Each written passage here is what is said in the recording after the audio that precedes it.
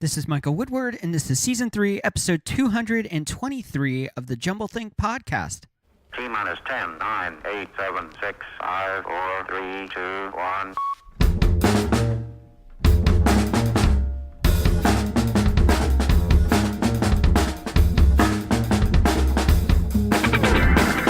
Welcome to Jumblethink, where we interview amazing entrepreneurs about their journey of turning dreams and ideas into reality. Along the way, we're going to share some tips on how you can turn your own dreams and ideas into reality too. Our guest on today's episode is Steve Trayner. More about Steve in a moment. Whether you are a new listener or a longtime listener to Jumblethink, I want to invite you to listen to our podcast on your favorite place to listen to podcasts. All you have to do is simply search for Jumblethink and subscribe to this podcast. For iTunes and Spotify, it's even easier. For iTunes or Apple Podcasts, head on over to jumblethink.com/iTunes, jumblethink.com/iTunes, and for Spotify, jumblethink.com/Spotify. Now let's jump into today's episode. Hey there, welcome to Jumblethink. My name's Michael Woodward. I am your host. We have an incredible guest lined up for today's show. His name's Steve Trayner. We're going to talk about him in a moment. Before we do that, I want to take a moment and thank our sponsors for today's episode, OpportunityInChina.com. If you are looking to teach abroad or if you want to study at a university in another country, you should go check them out. Head on over to OpportunityInChina.com to learn more. We also want to thank our sponsors, Mighty Travels. You can check them out at mightytravels.com/jumblethink. They are helping people find the best fares for their next trip. So head on over to mightytravels.com/jumblethink. That's mightytravels.com/jumblethink to learn more about how they can help you book and secure the best fares for your trip. As I mentioned earlier, our guest for today's episode is Steve Trayner. Super excited to have him on. I've been watching him for a while on Instagram, both with his companies and also with the church that he's been founding. He is the founder of the Barbarian Agency and also Great George Watches. We're going to talk about that. We're also going to talk about Revive New York City and LA. They're rethinking and reshaping how church is done, actually looking at a very old model and bringing it back today to help foster community and responsibility to each other. It's super cool what he's creating both in the business space and in the church space. This is going to be a super fun episode. So let's join the conversation we had with our friend, Steve Trayner. We are with Steve Trayner today. Steve, thanks so much for being on with us today. Thanks for having me. It's awesome. I don't know exactly how I found you originally. I think it was Instagram, which is where I typically find cool people anymore. I think I found Revive and then Barbarian Agency from that. And then, of course, your own personal Instagram, and just been following along on the journey for the last couple of years. It's been crazy, though. So tell us a little bit about where you're at and what you're doing today. Yeah. Well, you gotta love Instagram because you literally can see everything about someone's life, and you're like, oh, wow. Yeah. I forgot. Like, my whole life has been logged for the last 5 years. I was thinking about this, as we posted about our kids. I have 3 kids, 3 little girls. And I'm like, I don't even need to take real pictures anymore. Wow. I can just pull up a scroll, and their entire life is there. Yeah. Side note, right? But my wife and I, we live in New York. We lived in New York for about 8.5 years. Yeah. We have 3 little girls, Sparrow, who is 6, Wild, who is 3, and Nova, who is a 1.5 years. Yeah. We were in Manhattan and Tribeca for about 7 years, moved to Brooklyn about 1.5 years ago. Love it. I don't know why we didn't go sooner. And the short is, I grew up in New Hampshire. My wife grew up in LA, and we met going to school actually in Australia. It was great. I highly recommend it. If you haven't been to Australia, go. Especially as like a young 19-year-old American kid. I think a lot of times we are like taught, go to college, do your thing, jump into the company, and then you're 30 years later and you haven't taken any vacations. Yeah. And, I think it was a great experience because, at least for American kids, they don't travel. Yeah. Not as much as, maybe more now, but I mean, like, think about this 15 years ago when I actually did this. So they just... Well, it was 15 years ago, we're coming out of September 11th. No one wanted to do anything that was risky because it was just like, hey, it's not safe. In the world, which is a common message we hear often when people are like, well, what if I chase my dream and idea? And it's this fear of like, I'm going to choose the safe path. You haven't done that. No, it's so funny. Last year, I did a conversation with a bunch of MBAs at Columbia, and the talk was on risk. Wow. And I think it's so funny. I mean, here, like, go back. I did not get an MBA. I would get what I would say is a street MBA. I paid for the same cost just through my own mistakes or, learning through entrepreneurship. And it was really interesting to go and chat to a bunch of these really amazing students. And they said, hey, tell us your story. And a lot of them came from a faith background. So I think that was a really interesting dynamic to add into the mix. Risk is always engaged, I think, when you have an understanding for something larger than yourself, when there is a belief involved. And it was cool, just telling about how you actually bring faith into building something, how you bring understanding that when you go out and are building something, that it's not just about yourself. How do you see it as something that is larger than just, there was a story about, 3 brick makers. And the guy walks up and goes, hey, what are you doing? He goes, I'm just putting bricks on top of bricks. Next guy goes, what do you, the foreman goes to the next guy, what are you doing? He goes, well, I'm building up this 8-foot wall. And then he goes to the third guy, he's like, I'm building a skyscraper. Like, understand the vision, like understand what is larger, what is bigger. And, I'm a firm believer in risk. Yeah. I think I heard something really amazing. How many years ago? A couple years ago, it was like, always make sure you kind of have like 20% cowboy. Yeah. 80% like plan, be ready. But there's always this kind of gut aspect. There's this, I got to make the move now. Like, don't do 50% cowboy. I think that's perhaps how I paid for my street MBAs, by being 50% cowboy. Yeah. But over time, the process has changed. And I think, wisdom has grown through experience. Yeah. And I'm now in a place where it's like, always, if you have to make the call immediately, sometimes just take the risk, because in the end, the return is going to be greater. Yeah. And if you fail, you learn something, but at least you're able to go out and do it. Yeah, for sure. I want to really quickly mention the things that you've been working on. You are, I think, the embodiment of entrepreneur, in that anyone that's an entrepreneur knows that your brain is going on to the other 100 things that you want to or could do or should do. And so you've got Revive New York, Revive LA, maybe Revive beyond that. That's a cool concept for taking the ancient, making it new again in the church space. We'll talk about that, of course. You've got the Barbarian Agency, which we're going to talk about right up front. And then you've got, Great George Watches, which has been an interesting journey too, it seems like. Yeah, no. So Barbarian was started in 2012. Yeah. I came from a background of, when I lived in Australia, I got a job at a small ad agency. It was probably like an 8-person shop. And I was intern, then I ended up doing account management. And it was cool. It was right out of college. And think about this. I actually did a degree in kind of like spiritual music. Yeah. So it was, I mean, if for all you those listening, he went to Hillsong. He went to the school there. I went to somewhere else. I always wish I would have gone to Hillsong, because they're always just a little hipper and cooler. Yeah, I learned a lot. It was a great experience. It was a ministry school in essence. Yeah. And it was a hallmark concreting of my beliefs. I think it really shaped a vision orientation for me that was fresh, and it wasn't just about the now. Obviously the now is important, but it really taught me about what was next. Yeah. And so got my start at this small little ad shop. It was great. And then my visa ended, as what happens when you are in another country. Yeah. And I was newly married, and I said, hey, I think we, let's move back to the States. Let's go for it. And I had always been interested when product pairs with narrative. I love that, because in the end, that brings authenticity. It brings like this lifelike kind of engagement from a brand. You're like, oh my gosh, I get it. Yeah. And so I remember seeing the Swedish brand, super influential for me. Walked in, I was like, it was like salvation via denim. I was like, I get it. And because the narrative and the product were so bonded together that it was seamless.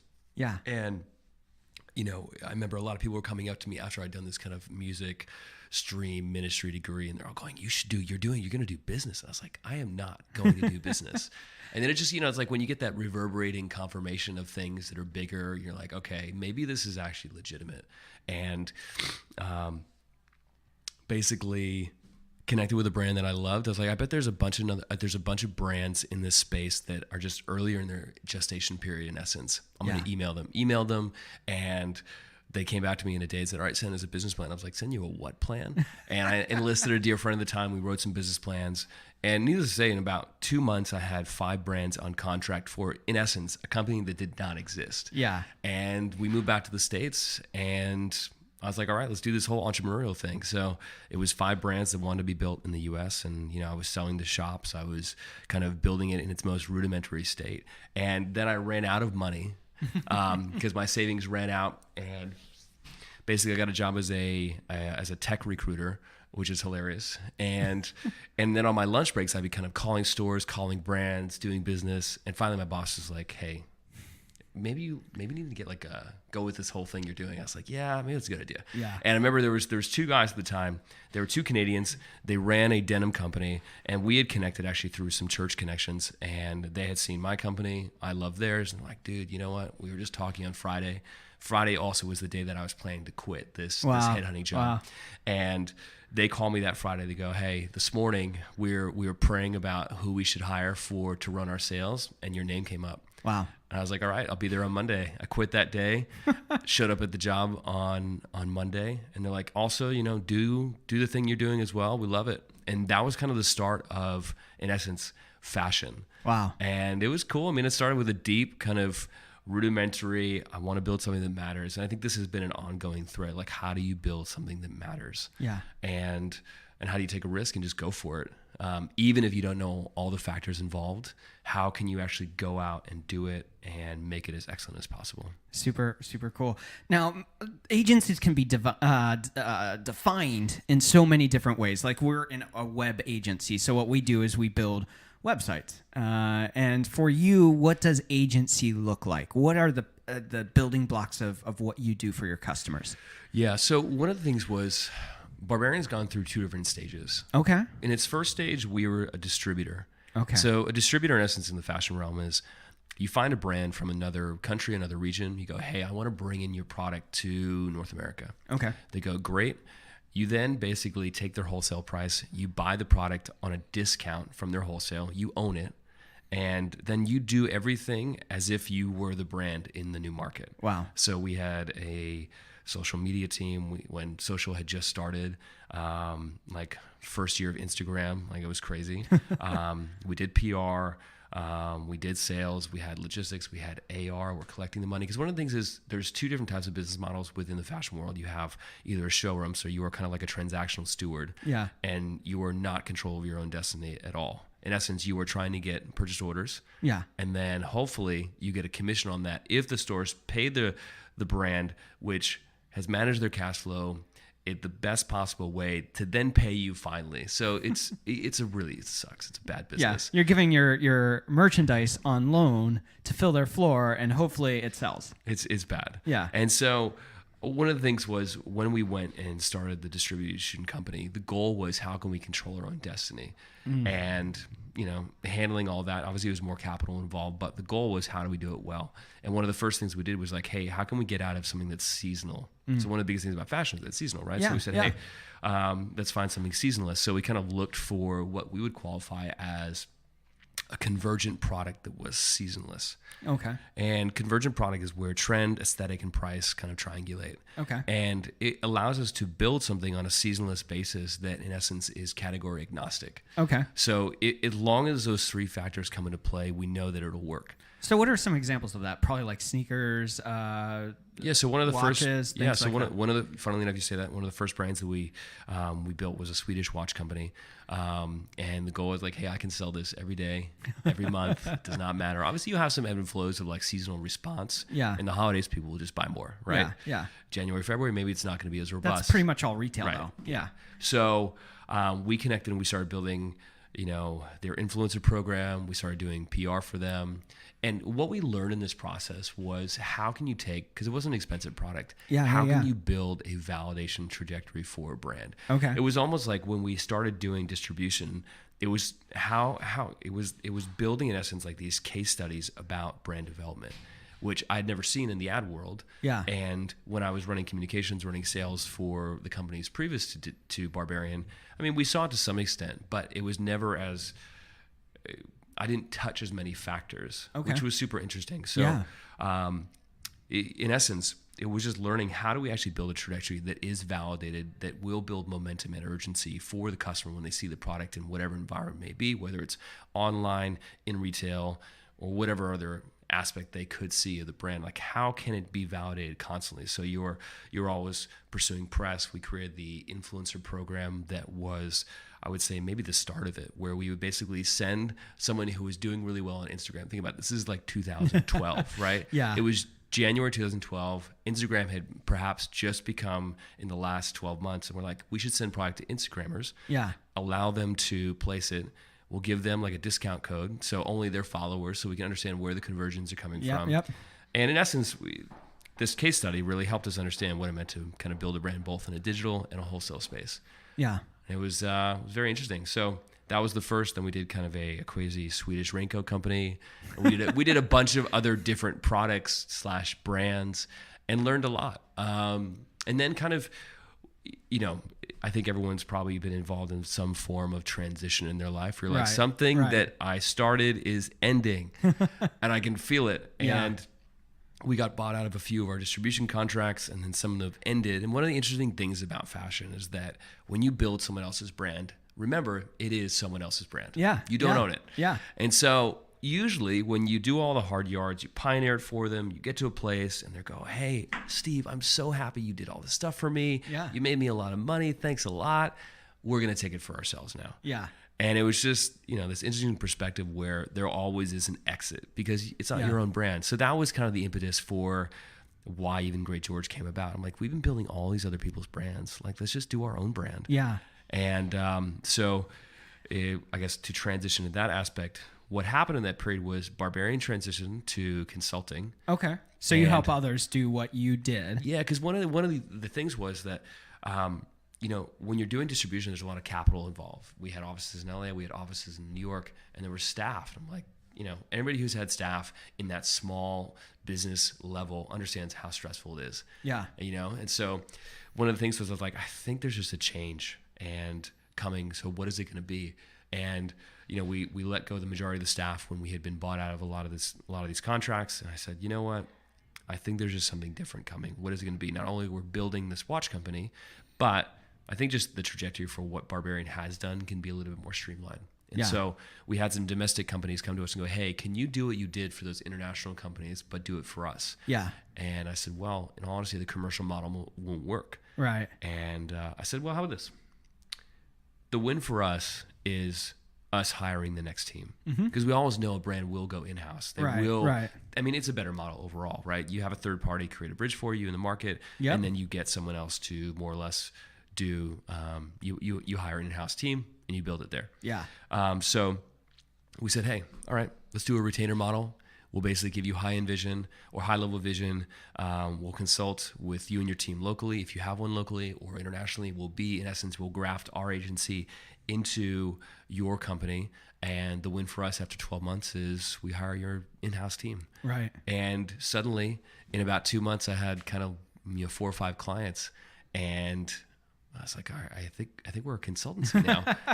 But in essence, it was a really cool transition. And it spoke to a lot of other things that were happening. How Revive even started, the space for that was finally available. Yeah. And also at the same time, going back, it was also when Great George was starting. So we had never gone out and designed a watch brand. We've never gone out. We'd always done the front end piece, right? Yeah. Let's sell it. Let's market it. Let's create momentum in the market for it. And so it was a really interesting process. It took probably about 3 times as long as I thought. Cost way more than I expected. Yeah. But it was this kind of internal case study about how do you actually build a brand from the product level. Yeah. So I feel like every experience, going back to that street MBA thing, right? Yeah. You're like, I kind of, in the end, kind of did a lot of these hands-on, because I think you can learn about something, but when you do it, then you actually really get the experience and what it means to go out and do it again. Yeah. And yeah. We're going to go a little bit deeper into this in a few minutes, but we always like to ask these final couple questions in this first segment. The first one is, you're doing so many different things, and we've talked about some of those. We're going to go deeper into that, but how are you finding purpose in what you do? Well, I think purpose is always, it's bigger than a bank account. it's bigger than making a lot of money at the end. Yeah. Yeah. And, it's also bigger than just purely notoriety for yourself. Yeah. I think this interesting thing about purpose came into play. Obviously, I'm a believer. Yeah. And so obviously my faith has been kind of an ongoing thread through the majority of everything that I've done. Yeah. But this interesting thought about legacy versus legend came into play when my first daughter was born. Okay. And, legend is building something for yourself in the long run, right? Yeah. So you can have this purpose that is connected with that, where you're like, I want to make a lot of money. I want to create and gain all these things that are material for myself and create a name for myself. So perhaps at the end of my life, I have done X, Y, and Z, and you're looking at me, and then my life finishes, and hey, wasn't he so great? But legacy goes beyond perhaps legend, because it goes into the generations that are past just you in your timeline. Yeah. And so that was always this interesting thing that really, when my wife was pregnant with our oldest, it's just like, man, I think there's just something larger here than I've ever connected with. How do I build legacy? So purpose is really connected to two things. How do I build legacy for both myself, my family, and others that will come after me? Excuse me. But secondarily, what is larger than just the legacy for local family and whatever else? Like, what does it mean to kind of be purposeful, to connect with others about teaching them or engaging them on the process of what I have learned in this process of doing business, life, ministry, marriage, fatherhood, all of the above, right? The gamut, right? If you look at the word cloud, there's like 10 words up there right now. But like, what does it actually mean to bring people into my world and be like, hey, like, come with me. Yeah. Let me actually show you what I learned, so you can spare yourself that moment, hopefully. Yeah. And engage, and we can actually do something that's bigger than just ourselves. Yeah. So good. You're doing a lot. I want you to pick one thing that is a challenge, whether it's with Revive and the re-imaging church, or maybe it's with Barbarian and what you're doing there. Maybe it's with Great George, whatever it is. What is one challenge you're currently working to overcome in your different endeavors? That's a great question. It's interesting. So I think if you don't mind, I'll touch on 3 challenges. Okay. Yeah, go for it. Go through it, because I think it's relevant for all different aspects. So Great George has been a business that has been really interesting for me, where I love, and I think this is deep honesty, I love the first 30% of a project. Yeah. And then I love the final 20%. Yeah. The middle, I hate. Yeah. I hate it. Starting, developing, ideating, that creation process, sign me up. Yeah. Give me 10 projects. Like, I'll be so energized, we'll be able to get it done so quick. But the middle, when you actually start into the operational and the maintenance aspect of it, that is not, look at the Enneagram Strength Finder. That aspect is not on there for me. Yeah. But then get to the end final piece. Hey, we got to close the deal. We got to finish the thing. We got to sell the business. Sign me up. I'm all there. Right. Yeah. And it's interesting. So Great George has been around for 2.5 years. It's been a really cool business. I learned a lot about it. Has it been how do I explain? Make me a ton of money for my future? No. But an interesting thing happened was that some private equity guys in the last 4 months basically approached me and said, hey, we want to buy your business. Yeah. I was like, what? Okay. So it's been this really interesting thing. So I would say the challenge that I'm engaged in right now is, how do you value a business and engage something? Because I would say that I'm connected to Great George, but there is a disconnection aspect to it, because there's other projects on the back burner. There's other things that are coming. This continues to do what it does, but it's not something that I'm proactively building. It's more reactive, right? Yeah. It's cool to start a business that can actually make money and whatever. But the challenge now is, how do you value something beyond the numbers? How do you engage the right process for now, like transitioning a business in basically a liquidity event? How could someone wants to go, hey, I see there's value on this project. I want to buy. We want to take it over. And the challenge is, how do we actually create the best value for it? Yeah. And what is the walk away? So that's interesting. That's one kind of challenge encapsulated, where you're going, all right, how do I engage the honesty for where I've been on this business while still selling the vision for it going forward? Yeah. And then I would say for Barbarian, it's cool. I love consulting. I think it's super interesting. I'm a vision guy. I'm a starting guy. I'm a launch guy, right? Yeah. So, I think in the continuation of that, it's exciting. Hey, people want to pay me money to give insight and to develop a business. Sign me up. It's great. But what's more than that? Right. Because I think, I've been doing this in this form for 3 years, and it's great. But what else is in that space that is, again, not just going to be maintaining a current cash flow opportunity for this consulting model, but what is Barbarian going to do next? How can I take what I've learned and actually move into a kind of the next space where the influence and the experience that I've had can actually be beneficial toward going back to the ideology that we talked about before, is creating legacy for others that can go, oh my gosh, like, teach me, what can I learn? Yeah. And then Revive is totally something different. I mean, obviously we haven't touched on it a ton, but Revive is a house church movement, right? The goal is to bring church back home, literally. Yeah. I was raised in the church. I went to a ministry school. We've been involved in ministry, my wife and I, for the last 10 years, in addition to Marketplace. And Revive is now in this space where we're doing something that honestly not many people have. It's a very low amount of people that are doing something in this space. Right. Welcome to pioneering, right? Yeah, yeah. And now we're going, all right, the scalability for it, right? As you had mentioned before, LA has begun, which is super exciting.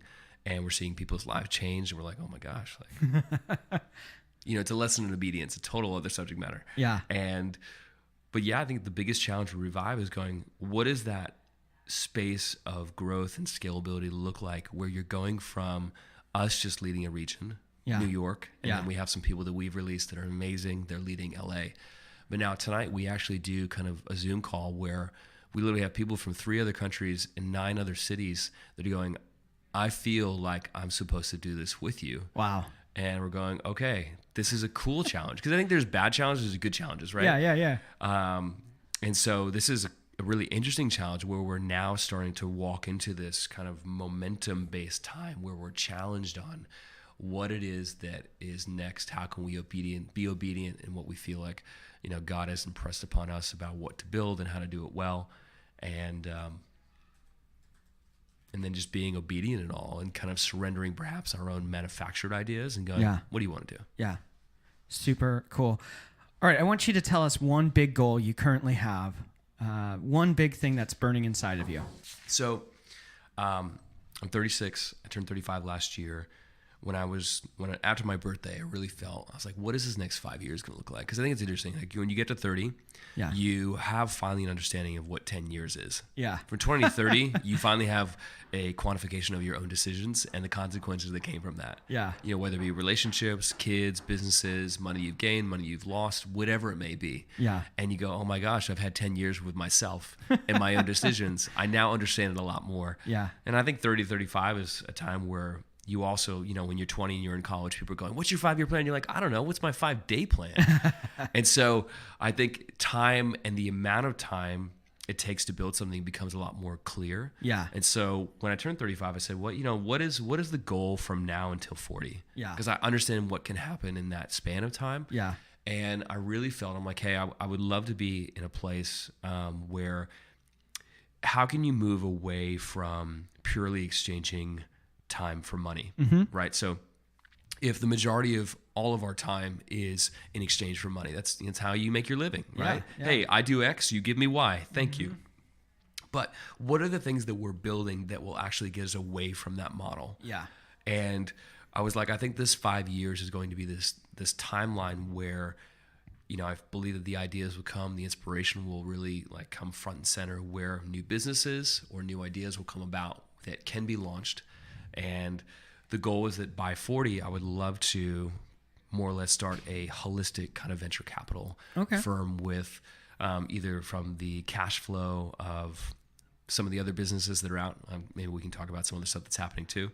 But also perhaps from the liquidity events from some of the businesses that may sell over that period. Yeah. Because the idea of actually taking capital and holistically engaging growth in a way that is not just cold money. Here's some cash, give me some equity, build your business later. Yeah. And if you don't perform, we're out. Like how can you, obviously from a faith point of view, how can you take that wisdom and engage it in business and marketplace? So you actually, going back to that idea about legacy, that actually can create legacy, not just profit. Yeah. So, and doing it also with people that have that same vision. Yeah. Because I think a lot of my dear friends, we kind of all have this perspective, like, when we get to this stage, there just feels like something is kind of percolating in us about what's next. Yeah. What are we going to do this next, and how will we impact others outside of purely just us and our own families, but on a much larger scale? Super cool. We'll be right back with Steve Trayner to go deeper into this conversation. There is a lot going on here at Jumblethink, and we want you to be a part of our story and us a part of yours. There are several ways you can do it, but here's the easiest. Head on over to jumblethink.com, sign up for our newsletter. That way you know about new episodes, some great new events that we're doing to help people turn their dreams and ideas into reality, and also keep up to date on some free resources that we're launching in the weeks to come. So head on over to jumblethink.com, sign up for our newsletter. You'll also find links to our social channels and some of the great places you can listen to the podcast. So head on over, check it out, and let's connect. Today's episode is being sponsored by our friends over at Mighty Travels. Here is more from them. I don't know about you, but I love to travel. I just don't like looking through all the websites to find the right fares to the right locations that I want to travel to. Well, our friends over at mightytravels.com are helping you get better rates to the places you want to travel, often saving up to $190 per ticket. You should check out mightytravels.com/jumblethink to learn more about how you can use their service to get the right trips booked for you at incredible rates. So swing on over, check it out, mightytravels.com/jumblethink. We also want to thank our friends over at opportunityinchina.com. Here's more about them. Have you been looking for a way to change your career or social prospects? Do you see the world around you changing and haven't quite figured out what path you should take? Well, you are not alone in seeking opportunity. Visit opportunityinchina.com for access to scholarships to attend university in China, or if you have a bachelor's degree already, opportunityinchina.com provides access to jobs in the educational sector all across China. Now, working in China is not only often well paid, but it will place you among 1/5 of the world's population, boosting your social network, bringing you more deeply into the story of globalization, and opening up doors you never knew existed. Seize your opportunity now. Visit their website for more information at opportunityinchina.com. They also have a great podcast. Simply search for Opportunity in China Podcast wherever you listen to podcasts. Now let's jump back into today's episode. We are back with Steve Trayner. All right, Steve, you got a couple things going on. People are going to be listening and they're going to go, I want to check it out. How can they do that? Well, you can go to one of several websites or many different Instagram handles. I would say if you want to check out what I'm doing, you can just check out my Instagram handle. It's at Steve Trayner, SteveTrayner. And then if you want to check out some of the businesses, just Google the Barbarian Agency.com. If you want to check out the watch company, it is GreatGeorgeWatches.com. And if you want to check out Revive, which is our house church movement, go to revivetheway.com. I want to ask this question. I don't ask it often. I should. I don't know why I don't. But what is it that for you right now, you wake up and it gets your blood boiling? It's like the passion point for you that you just go, I got to get this out of me. Would you say it's things that annoy me or like a good thing? Like good things, like you're burning to see like something. I would say, something. Yeah. I think going back to what we were talking about in the last segment, as I hit the microphone, is like, how do you build legacy? Like, what am I doing that is affecting others and not just myself? Yeah. Because I think that like you can touch others within your business engagement, but you also touch others within your personal engagement, right? Yeah. And there's this thing about you can't touch the world unless you actually touch your neighbor. Yeah. And this thing is like, how do you go local to then become global? It's this whole like, you want to go to the nations to, influence people, influence business. But in all honesty, if you can't influence your neighborhood, why should the privilege of going to the nations actually come to you? Yeah. So this understanding of like going local to actually get a larger level of influence because your heart is local, your engagement is for the one. Like I think it living a life that is more compassionate, more generous, more engaged is actually the one that will create legacy. So I think that's getting up every day and being like, man, like, what am I doing? Are the things that I'm doing, am I looking through that lens of compassion, generosity, and legacy? And if I am looking through that lens and I see that the thing that I'm doing is actually in line with that, then cool, I'm going to continue to do it. Yeah. But if I look through that lens and I say, no, the thing that I'm actually perhaps going to do is not in line with that, there's no reason for me to do it. Yeah. Because it doesn't come in line with like the long-term vision or the short or the midterm. Yeah. So good. I love that for sure.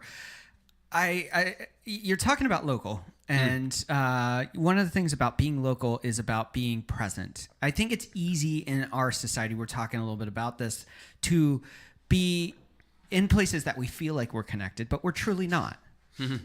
Because we're consuming people as data, we're consuming people as information and not as intimacy. So for you, the local, getting connected with other people face to face, why is that so significant? Well, I think that, interpersonal connection is something that we all desire. Right. In essence, we were created to do life together. Yeah. In New York, you have kind of this epidemic of loneliness where you are around a lot of people. Yeah. But you may or may not know anything or any of them personally.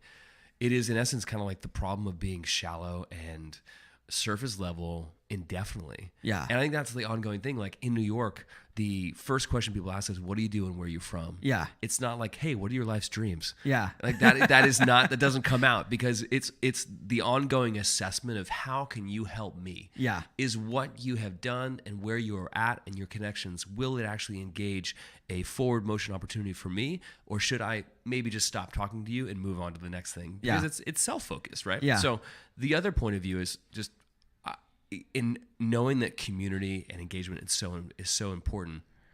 I've started doing these things.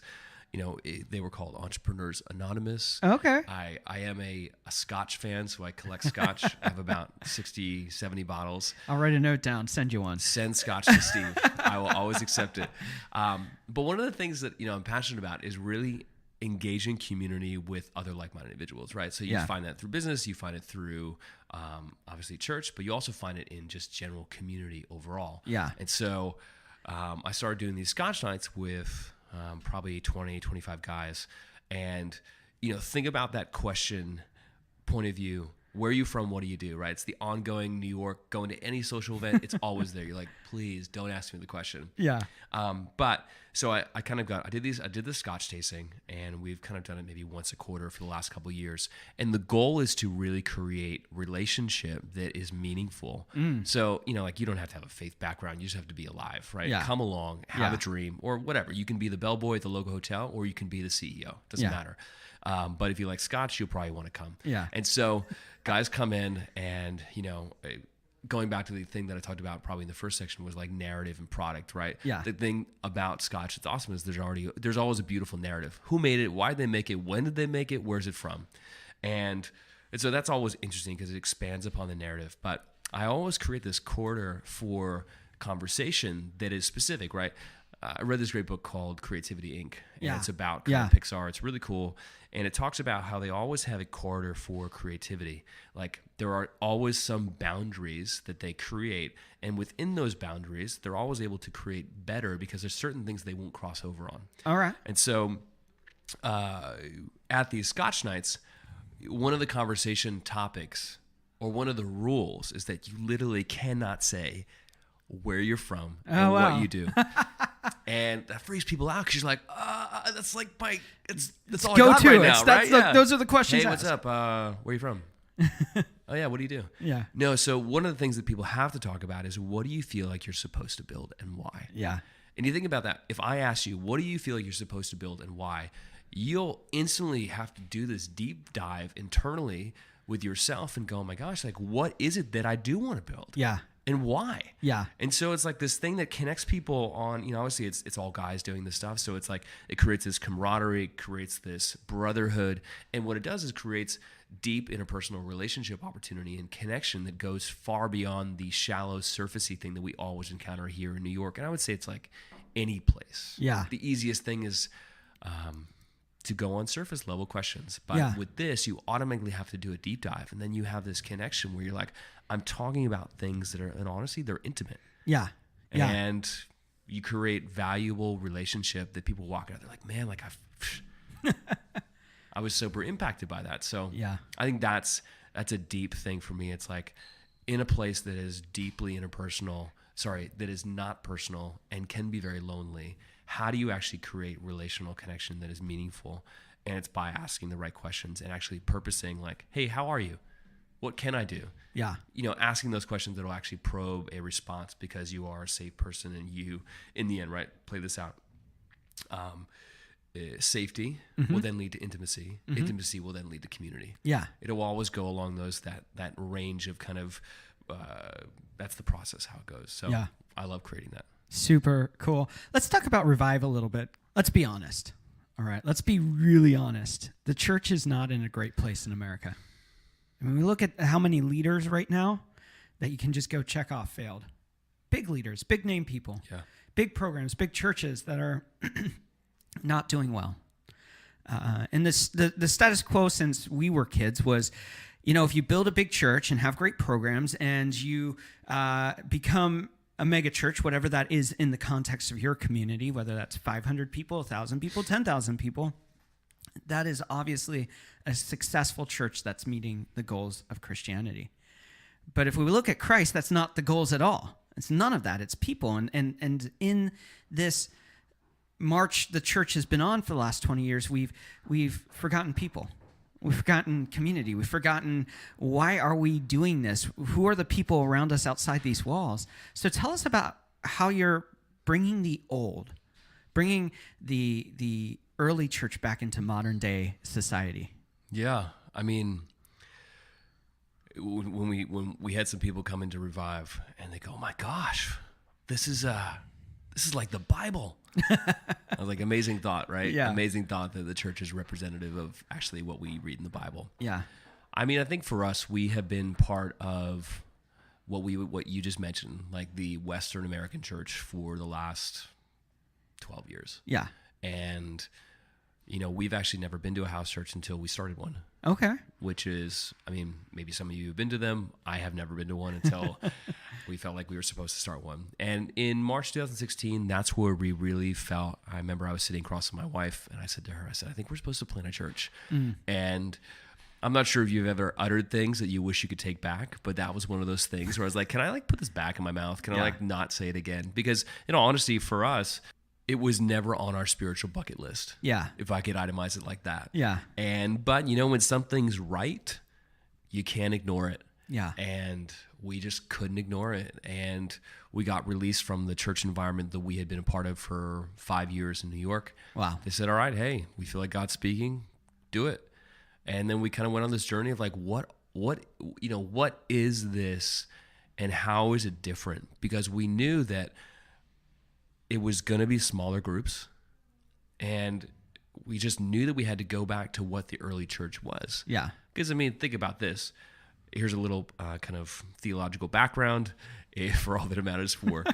The early church, right, Christianity, for the 300 years after Jesus basically ascended to heaven, was house churches. Yeah. You read Ephesians, you read Colossians, you read Corinthians, you read all these books in the Bible. Right. And you go to Corinth, it's 100,000 people in house churches. Yeah. That's what it is. Yeah. It's not going to a giant megachurch in the center of the city where everyone meets for 90 minutes, has a great time, and then talks about the bagels and leaves. In all honesty, Christianity was deeply intertwined with Judaism. Yeah. That's what it was. It was always like that. And so basically, what the early church was, with people would come into homes and they would eat, they would dance, they would sing. Then a letter from the apostle would be read. They would discuss it. They would then pray for each other and see signs and miracles and wonders happen physically and both spiritually. Then they would pray about whatever needs were brought up in the group. Give each other a hug and then see you next week. Yeah. But a lot of it was very locally centric. They lived near each other. It was like, think about 30 people on your street. Yeah. That was your church. Yeah. It wasn't everyone driving for an hour, because in essence, community is not possible unless you are local. Right. How can I know you and actually be in your life if you don't live close to me? Right. Then I can't see you. Like the knowing aspect of how I can engage with you does not exist, because if I see you for an event, which in the end is what I think the American church has become, like a giant institutionalized, think about corporate America. Yeah. Like CEO aspects, CIO, like all these things, like that in essence is how the institutionalized American/Western church has been created, because that's the model we know as humans. But going back, go back to this thing 3 centuries after Christ's ascension, Constantine rolls up. He goes, hey, I believe I saw a vision. Now where Christianity was illegal, it is now legal. So if you are not a Christian, you are going to die. And so everyone's like, well, before, if being a Christian meant that I would die, it means you got to really believe that, right? And think about this. He was amazed because the church was growing even in a time when literally if you were found out as a Christian, you would just be martyred.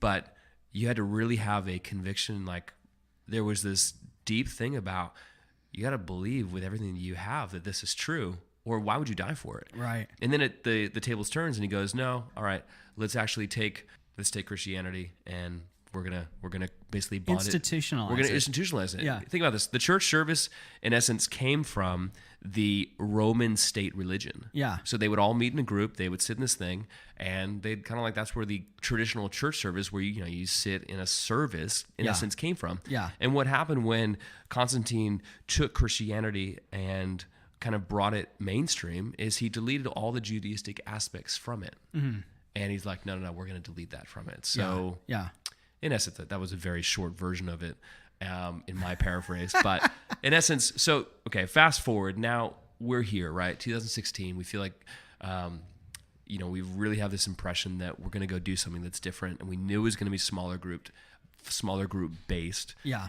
And we said, hey, there has to be an environment where people actually have real community. Yes. I can't make community on 90 minutes at 11 a.m. on a Sunday. I can't. I mean, I can say, hey, how are you? Good to 20 people. And then hopefully we go out to lunch and then we peace out. Yeah. But I can't raise my hand in a crowd of 500 people and go, hey, excuse me, can you explain that scripture you just talked about? Can you go back on that topic that you just mentioned so I can understand it? There's no interaction where revelation is available to be had through processing it in a forum of openness. Right. And so we really felt like going back to that original ideology, that original model was key, because like you're not going to create mature Christians. You're not going to create an opportunity for the church to actually change the world around them if we are only meeting for a great event for 90 minutes. I mean, keep in mind, like, hey, is the modern American church, are they doing a bad thing? No. But I think there is an aspect where, there's an old wineskin and there's a new wineskin, and there's just something happening that is new, that is, think about Reformation. This is a time where something that is reformative is happening. Yeah. And it's an important thing to be understanding of, so that if there is a change that needs to be made, well, cool, lean into it. Yeah. I love that. And I think that there are elements of corporate church as we know it today that I love. I like the big sound system with the killer band and all that kind of stuff. Love that for sure. But you have to get to a point where you say, how do we do this together? And by doing this and being intentional, what does it look like? I mean, of course you've got regular meetups, but then how does that trickle out into every day? How do you said it's not good enough to just come in for 90 minutes, meet with people, sing together and call that community. How do you then transfer a house group, which would then just meet in a house, do life together? Are you seeing each other outside of it? What's that look like? Yeah, totally. I think one of the giant values is being local, right? So the locally centric value is paramount to why house churches are valuable.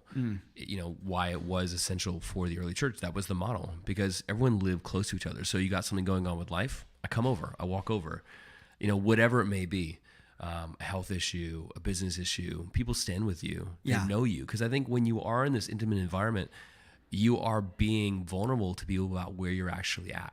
You're not putting on this facade. It's not this manufactured persona. It is exactly who you are, right? So real community is something where there's intimate understanding for where people are at. Yeah. And we are standing with you, but we're also local. So it's not like, hey, I got to drive 2 hours to come see you, and I'm going to walk 5 blocks and we got to pray. What do we got to do? Or do I need to help you with something? It's like doing life outside of just Sundays in a very real, practical way. So, it's meals together, it's kids together. It's family in essence, right? Yeah. But it's deeply around the local piece of the puzzle. Like, you have to be local. Yeah. And so it's not like you're coming from far away to be part of this. Be local. Yeah. And within that 5-10 block radius, that's where everyone's at. Super cool. One of the things that's huge in culture today, we hear it with blockchain, we hear it with government, we hear it with so many things, is decentralization. And in some ways, doing home churches is decentralizing authority in the church. Because you have a leader of the house church, but then how are you shepherding? You've got locations in New York, you've got locations popping up in LA. You have this meeting later today to talk with, was it 90 other leaders that are saying, hey, we want to Not 90. No, only 9. Nine. Oh, okay. 9 other cities or so. I think there's a lot of people. Okay. Yeah. Yeah. Sorry. Maybe I'm speaking out prophetically. Hey, I like it. I'll take it, man. I'll take it. I like it. But how do you lead and shepherd a movement where it's decentralized? So, if that makes sense at all. Yeah, no, 100%. I would say it's both. Okay. It is decentralized, but also centralized. Okay. Because I think that things that are in their right order always have to have the right level of authority. Yeah. So one of the things that we're doing is that I guess I can talk about this. Think about like an apostolic movement, right? Yeah. So I'm not sure if anybody's really heard that term, apostle. Yeah, apostolic. please explain it, because Okay, some of our listeners are going to be like, you're like, what they're going into the weeds of like, are they Yeah. talking computers or what? Yeah. So you think about like, go back to the Roman Empire. Right. The Roman Empire would send out an apostle to Yeah. culturalize a region. So define apostle. Let's do that real quick. So an apostle is going to be someone that's full of vision, action, and implementation. Okay. But they also carry the culture of where it is that they come from to then bring to a new area. And it's usually applied to churches. So they are the entrepreneurs of churches. Yeah, it's a really So they're like, they're the founding partner, whatever you want to. Founding fathers. They're the founder, the co-founder, whatever you want to qualify for that business. But when Rome would send out an apostle, they would culturalize a region. They would basically create the leadership structures. They would bring the Roman culture local, and they would make sure that infrastructure was built with alignment toward the vision from Rome for that new area. Even though it is decentralized, there is still a centralized aspect to it, because there has to be authority and leadership for all those people that are going out. It's not like, hey, you want to start a church in Revive? You want to start a house church? Go for it. Here's our, it's not a franchise. Yeah. But in essence, it's like being under the covering of what we feel is the vision for the movement. Yeah. So what we would have is, obviously, my wife and I lead the movement. Yeah. And then there would be local regional leaders that would lead either a country, a state, or a city. Yeah. And then under those regional leaders, as those kind of are moved down, then there would be house church leaders that would then lead individual house churches. Yeah. And they then would be connected and pastored to the regional leaders for each area. Okay. So then there is a accountability. Yeah. There is a discipleship / mentoring relationship that is happening, because it's like, we believe that with every person that is giving output, there's always someone giving input to them. Yeah. So we believe it obviously from the top, where we are obviously discipling, pastoring, mentoring, leading a group of leaders at the higher level. Then those leaders are leading a group at the level below them, and so on and so forth, down to the house church leader. Yeah. So it sounds like it's similar to a denomination, like maybe Baptist or Catholics, for that matter, where there is a leadership level and accountability, but the end churches are just smaller. Yeah, because the goal is an encounter with Christ. Yeah. A place where you can work out the revelatory exploration of what it means to follow Jesus. Yeah. You can get mature in what that actually means. Yeah. And you can go out and impact others and be a part of a community that actually knows you and is advocating for you in that process. Yeah. Super cool. You're going to meet with these 9 other leaders, which is fresh off the presses. Like, probably no one else knows that except outside of your circle. Yeah, it's crazy. LA was its own prophetic story. Yeah. And how it happened. Yeah. a total, I don't know, I feel like that's an hour story. It's not something to cover now. Yeah, we but talked about it. It was pretty cool, yeah, for sure. It's just insane, thinking about like dreams and visions and stuff. That's how it all came about. And people just being obedient to all that kind of stuff. Yeah. But today is this interesting thing where we've just started to have people really reach out to us and go, hey, we've been watching what you've been doing. Yeah. And we really feel intrinsically drawn to it. How do we become a part of it? How do we learn what you're doing? So we said, all right, let's just actually just culminate all this interest together and do kind of a video call where we say, where did Revive come from? Yeah. Who are we? What do we believe the model is? But most importantly, what do we believe the heart of this movement is? Yeah. And what do we believe God is trying to do through us and perhaps then through you if you say yes to this? Yeah. There's obviously a passion behind what you're doing with Revive. Did you start it out just seeing a need and saying, hey, we can fill this need? Or did you start it out with the vision to say, hey, one day this is going to be a global movement? It's so funny you say that. Last night, my wife and I were just looking over some of the vision statements that we had written down in 2016. And kind of like, when you hear people say things to you, you get prophetic words, you just get encouragement from people. You read the Bible and you see things that kind of like highlight for yourself. And you got to hold on to those things, like, because especially when it gets hard and you don't want to do it. Yeah. You got to go back to that stuff, right? Because I think before the seed actually pops out of the ground, it's the time where that seed can get stolen from you. Yeah. And, I know going back to those words and those encouragements and those things was extremely pivotal for us. And we were laughing just kind of on the eve of tonight, which is obviously, it's a big deal for us. Yeah. We were just looking at some of the things that we had written down and we felt like God had spoken to us about. And we're like, wow, like global movement was part of that. Yeah. But from the beginning, I think the goal was, or what we felt, I can't say the goal because it wasn't like something that we manufactured. Yeah. We really felt like this was just something larger than ourselves. Yeah. It was something bigger. It was something where, what does it mean to bring alignment and reformation to the church in the Western world? Yeah. Because you go to India, you go to China. Look at the Chinese underground church. It's probably 100 million people, if not more. Yeah. And they're all house churches. Yeah. And they're exploding. It's growing faster than the Western church. Yeah. Because it's real. Think about like in the face of persecution, you got to believe what you got to believe. Yeah. Yeah. I've had the opportunity to be in some different countries that have underground churches and be a part of seeing what that community looks like. There's a difference in the joy of being able to gather than what we see versus the obligation of coming to church in America. And that was one of the things that stood out back years ago when I went over to a couple places in Asia, was the sheer joy of being in a place to gather and share faith, share community, share a common story of saying things might not be great, things might be hard, but we know there's a God who loves us, that has created us for something awesome. Mm-hmm. If you were to look back 10 years from now, and say, it's been a wild ride, what would the picture that you would see 10 years from now look like for Revive? No, that's cool. So I felt like actually in December that 7 years from now, we'd be looking at 40,000 house churches. Wow. And that sounds crazy, but I think the beauty of vision is that it's okay to be crazy in that aspect, because if you don't have big, hairy, gnarly dreams, you should reassess. Yeah. And I think the nature of, obviously, when God speaks to us about things, he gives us things that are only possible in partnership with him. Yeah. And you're like, I'm not going to go do this just on my own. Yeah.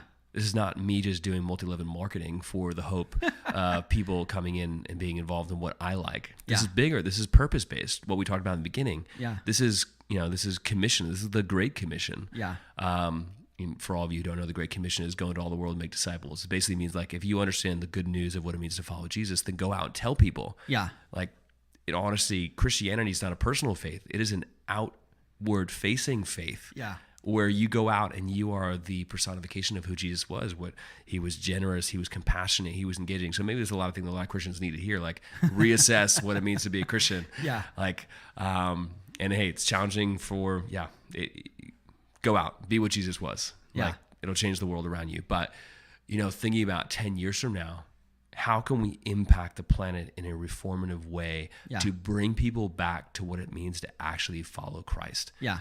Because what we have done in the last 30 years is create a generation of bringers, meaning like no one actually knows what it means to be a Christian. They know that, hey, I can bring my friends to church, and hopefully if so-and-so is preaching, then they'll hear the good message, and then maybe they'll raise their hands out of an emotional decision, whatever, and then, man, I did my job. Yeah. But what if, go back to what it actually meant to be a Christian and understand that our job is actually to lead people to Christ in our environments, our workplaces, on our street, in our houses, like to actually work out who he is with other people and see them find him through your story. Yeah. And I think for us, it's if we can bring that message, which in all honesty is the OG message. That's just what it says in the Bible.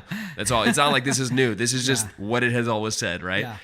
If we can bring that front and center for people through these small house church-based environments that spread, then man, like we're doing it. Yeah. That's what we want to see. We want to see a planet reformed for the sake of knowing Jesus in a way that's real. Yeah. So that people actually, they understand what they're living for and why. And going back to that ideology of legacy, create legacy, but not just for yourself, but for others. Yeah. Knowing that Christ will always engage a greater understanding for legacy that's bigger than just yourself. Yeah. Super good. We're going to be back for rapid fire questions and going a little bit deeper. Once again, we want to thank our sponsors for today's episode, Mighty Travels and OpportunityInChina.com. Here's a little bit more from our friends over at Mighty Travels. How much time do you spend looking for the right flight for your trip? Do you spend hours searching all of the different travel websites only to find out that once you booked your ticket, you missed out on a better price? Well, our friends over at Mighty Travels are here to help you. They want to make sure that you get notifications in real time so that you can score the best tickets at the best price, saving on average $190 per ticket. Well, they are doing cool stuff, so you want to make sure to check them out. Swing on over to mightytravels.com/jumblethink. That's mightytravels.com/jumblethink to learn more about how they can help you know when the best fares are hitting the market so you can grab them up before they're gone. We also want to thank our friends over at OpportunityInChina.com. Here's more from them. At the dawn of the 19th century, forward-thinking people moved to the commercial centers of Europe. Moving into the 20th century, America welcomed millions into the land of freedom and opportunity. It is now the 21st century. Many of the successes and fortunes of our generations will be made in China. To learn how you can seize opportunity in China, follow the Opportunity in China podcast. The Opportunity in China podcast is available anywhere podcasts are streamed, or you can visit our website at opportunityinchina.com. Now let's jump into rapid fire questions with Steve Trayner. We are back with Steve Trayner to do rapid fire questions. Steve, are you ready? I'm ready. What do you got? All right. As a child, what did you want to do when you grew up? I think I want to be a fireman. Awesome. What is one tip you'd give someone with a big idea or dream and they don't know where to start? Find a mentor that can help you crystallize the plan so that you actually can make the first move. How do they find a mentor?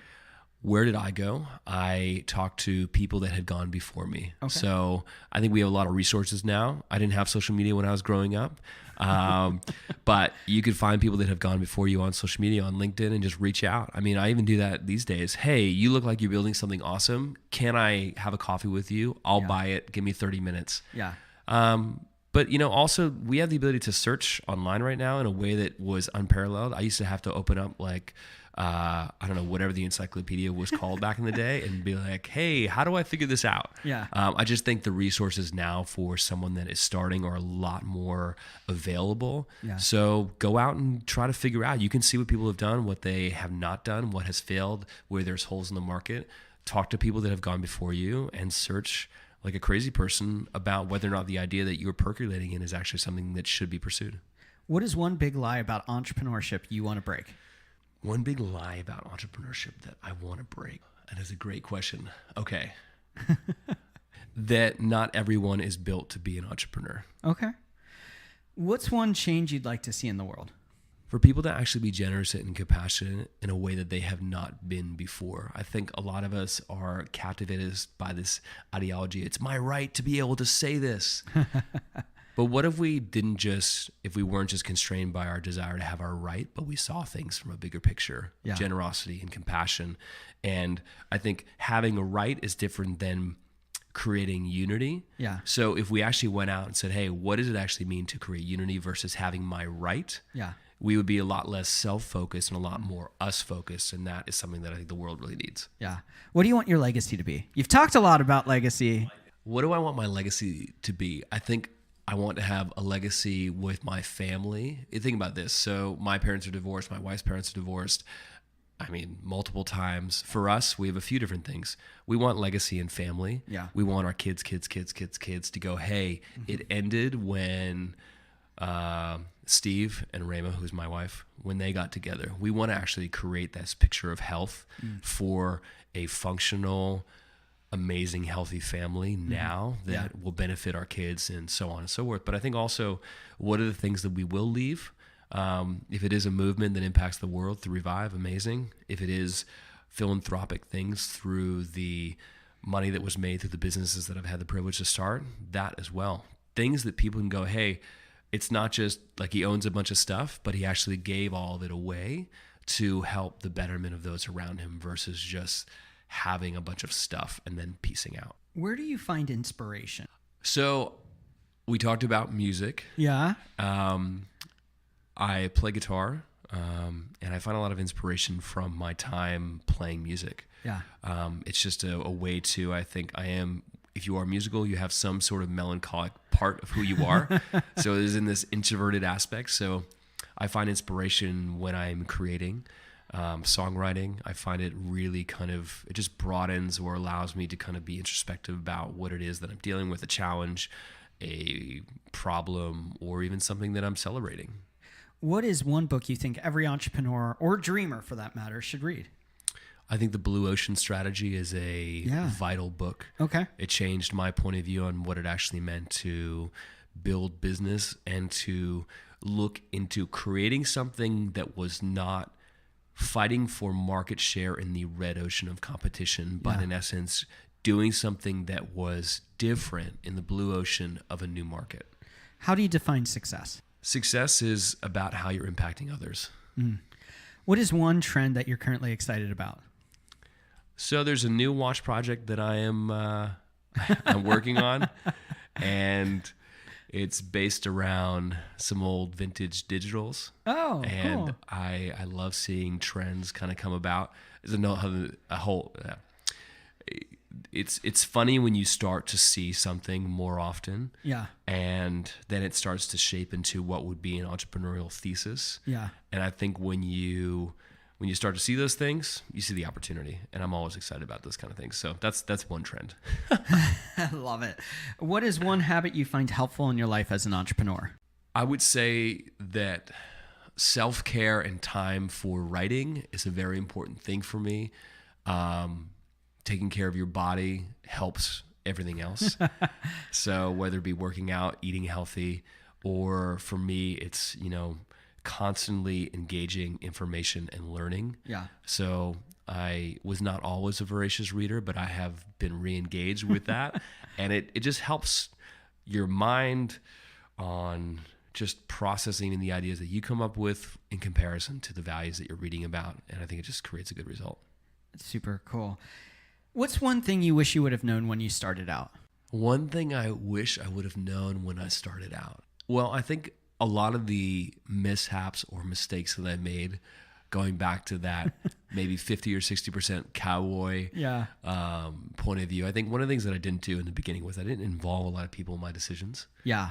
I'm like, hey, we're going to do this. We're going to go out and do it. And it was kind of like this, it's my way or the highway. Yeah. But I think the lone cowboy model. Yes. So now I really, I have a lot of advisors in my life. I have a lot of people that I bounce ideas off of that I respect. Going back to that mentor relationship or advocate, I think it's important to have advocates in your life. So I wish I had sought out more advocates in the earlier stage of my career, because it probably would have saved me a lot of money and time.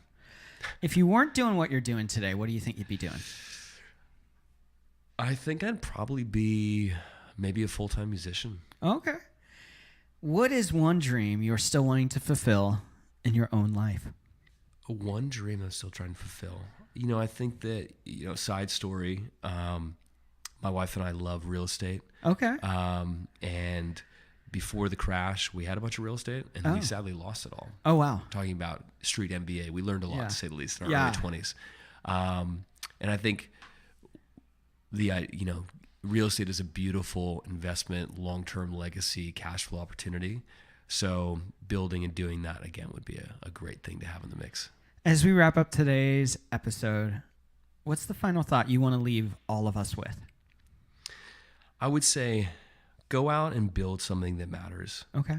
It's not just that matters to you, but what actually matters to others. Yeah. And see what you're building as not purely impacting yourself in a profit environment, meaning like, oh, I will make money off this, but like, who else am I actually engaging, and who else am I bringing along the journey with me? Yeah. Because I think one thing that I've learned is I've brought people along the journey with me so they can learn and go out and do something amazing themselves. Yeah. It's not just what I have is for me and myself only. Yeah. I want to bring people along the journey so that they can go, all right, Steve, thank you. Awesome. Thanks for this. I'm going to go out and do something better. That's the true sign of a great leader. Yeah. Is that people around you are actually better than you, and you're then releasing them to go and do something. So wherever you're at, just bring people along the journey. Super cool. Steve, thanks so much for taking time out, meeting me here in Brooklyn, under the Brooklyn Bridge here, and Manhattan Bridge behind me, I think, somewhere. Yeah. Anyway, it's fun to always do these interviews in person, so thanks for taking time out and being with us. Yeah, thanks so much for having me. Once again, we want to thank Steve Trayner for taking time out. Make sure to check out what he's doing at Revive. You can check them out at revivenyc.org. You can also check out the Barbarian Agency at thebarbarianagency.com and Great George Watches at greatgeorgewatches.com. We also want to thank our sponsors for today's episode, Mighty Travels and OpportunityInChina.com. Go check out Mighty Travels at mightytravels.com/jumblethink, and Opportunity in China. Go check them out at opportunityinchina.com. As we wrap up today's episode, I want to encourage you to rethink the status quo. One of the great things you can learn from Steve is that looking at a problem from the traditional solution isn't always the answer. Sometimes you have to look at the old, like he's doing in Revive. Sometimes you have to look at the new and upcoming trends. But no matter what it is, don't accept the status quo. Don't accept the normal way of doing things. Begin to step into a new path where you define the space, where you begin to create a new way of doing things. Ultimately, I believe you're created for purpose, that you have something awesome to give the world. So go out there, chase those big ideas and dreams, and change the world around you. Les mères de famille, les enfants, peuvent également prendre un moment revitalisant. Dans quelques mois, lorsque vous aurez bien saisi la technique et que vous serez maître de votre corps, vous pourrez vous décontracter même en travaillant.